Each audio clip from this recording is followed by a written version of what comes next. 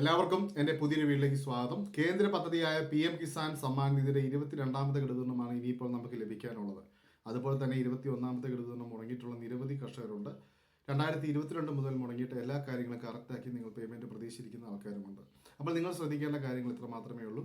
ജനുവരി 1 മുതൽ 15 വരെ എല്ലാ കാര്യങ്ങളും കറക്റ്റാക്കിയിട്ടുള്ളവരാണ്. ജനുവരി 1 മുതൽ 15 വരെയുള്ള സമയങ്ങളിൽ നിങ്ങൾ നിങ്ങളുടെ KYC ഒന്ന് ചെക്ക് ചെയ്ത് നോക്കുക. ഇപ്പോൾ നടക്കുന്ന അപ്ഡേഷൻ സമയത്തല്ല നിങ്ങൾ ചെക്ക് ചെയ്യേണ്ടത്.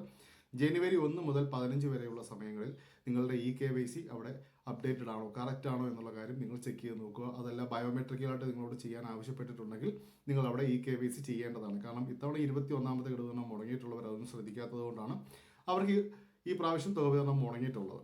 അതുകൊണ്ട് തന്നെയും 22ാമത്തെ ഗഡുവിധം പ്രതീക്ഷിച്ചിരിക്കുന്നവർ അത് തെറ്റ് ചെയ്യരുത്. നിങ്ങൾ ഒരു ജനുവരി 1 മുതൽ 15 വരെയുള്ള സമയങ്ങളിൽ, കാരണം ആർക്കും ഈ ഒരു മാറ്റങ്ങൾ അവിടെ ഉണ്ടാവാം. KYC വീണ്ടും ചെയ്യാനായിട്ട്, കാരണം ഈ ഒരു അപ്ഡേഷൻ നടക്കുന്ന സമയത്ത് എന്തെങ്കിലുമൊക്കെ ഒരു മിസ്മാച്ച് അവിടെ കണ്ടാൽ അവർ KYC ചെയ്യാനായിട്ട് വീണ്ടും നിർദ്ദേശിക്കുകയാണ്. നമുക്ക് അവിടെ അത് മനസ്സിലാക്കാൻ സാധിക്കില്ല. നമ്മൾ സ്റ്റാറ്റസ് ചെക്ക് ചെയ്യുമ്പോൾ അവിടെ എല്ലാം എസ് ആയിരിക്കാം, പക്ഷേ നമ്മൾ ആധാർ ഉപയോഗിച്ചുകൊണ്ട് തന്നെ നമ്മുടെ KYC അവിടെ ഒന്ന് ചെക്ക് ചെയ്ത് നോക്കുക. അവിടെ ബയോമെട്രിക്കലായിട്ട് KYC ചെയ്യണമെന്ന് കേന്ദ്രം നിർദ്ദേശിച്ചിട്ടുണ്ടെങ്കിൽ തീർച്ചയായിട്ടും അവിടെ ബയോമെട്രിക്കലായിട്ട് KYC കംപ്ലീറ്റ് ചെയ്യേണ്ടതാണ്.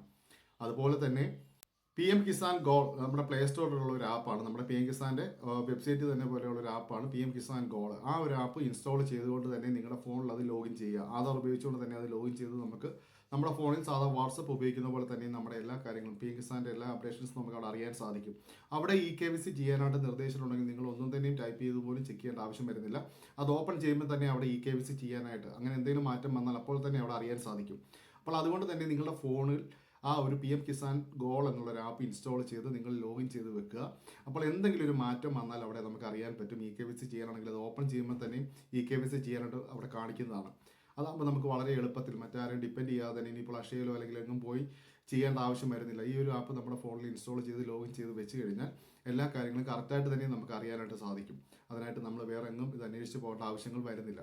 അതുകൊണ്ട് ആ ഒരു ആപ്പ് നിങ്ങളുടെ ഫോണിൽ എല്ലാവരും ഇൻസ്റ്റാൾ ചെയ്ത് വെക്കുക. അത് കമൻറ്റിൽ അതിൻ്റെ ലിങ്ക് ഇട്ടേക്കാം. ആർക്കെങ്കിലും അറിയില്ലെങ്കിൽ അത് എടുത്ത് ഇൻസ്റ്റാൾ ചെയ്തുകൊണ്ട് തന്നെ നിങ്ങളത് ഉപയോഗിക്കുക. അപ്പോൾ നമുക്ക് KYC ഒക്കെ ചെയ്യേണ്ടി വന്നാൽ നമുക്കത് തീർച്ചയായിട്ടും ഉപകാരപ്പെടുന്ന ഒരു ആപ്പ് തന്നെയാണ്.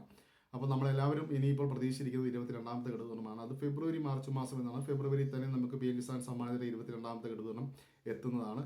ഇനി ആരെങ്കിലും എന്തെങ്കിലുമൊക്കെ കറക്റ്റ് ആക്കാനുണ്ടെങ്കിൽ എത്രയും വേഗം തന്നെ കറക്റ്റ് ചെയ്യേണ്ടതാണ്.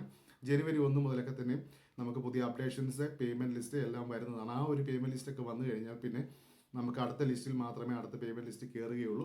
അതുകൊണ്ട് ഈ പ്രാവശ്യം നിങ്ങൾക്ക് എന്തെങ്കിലും കറക്റ്റ് ആക്കാനുള്ളവരുണ്ടെങ്കിൽ ഈ 1-ാം തീയതിക്ക് മുമ്പേ തന്നെ, ജനുവരി 1-ാം തീയതിക്ക് മുമ്പേ തന്നെ എല്ലാ കാര്യങ്ങളും കറക്റ്റാക്കി എല്ലാം ഓക്കെ ആണെന്നുള്ളത് ഉറപ്പ് വരുത്തണം. അതിനുശേഷം നമ്മൾ വീണ്ടും KYC മാത്രം ഒന്ന് പരിശോധിച്ചാൽ മതി. അതിനാണ് നമ്മൾ ഈ ആപ്പ് ഉപയോഗിക്കുന്നത്. ആ ആപ്പ് ഉപയോഗിച്ച് നിങ്ങളുടെ KYC ഒന്ന് പരിശോധിക്കുക.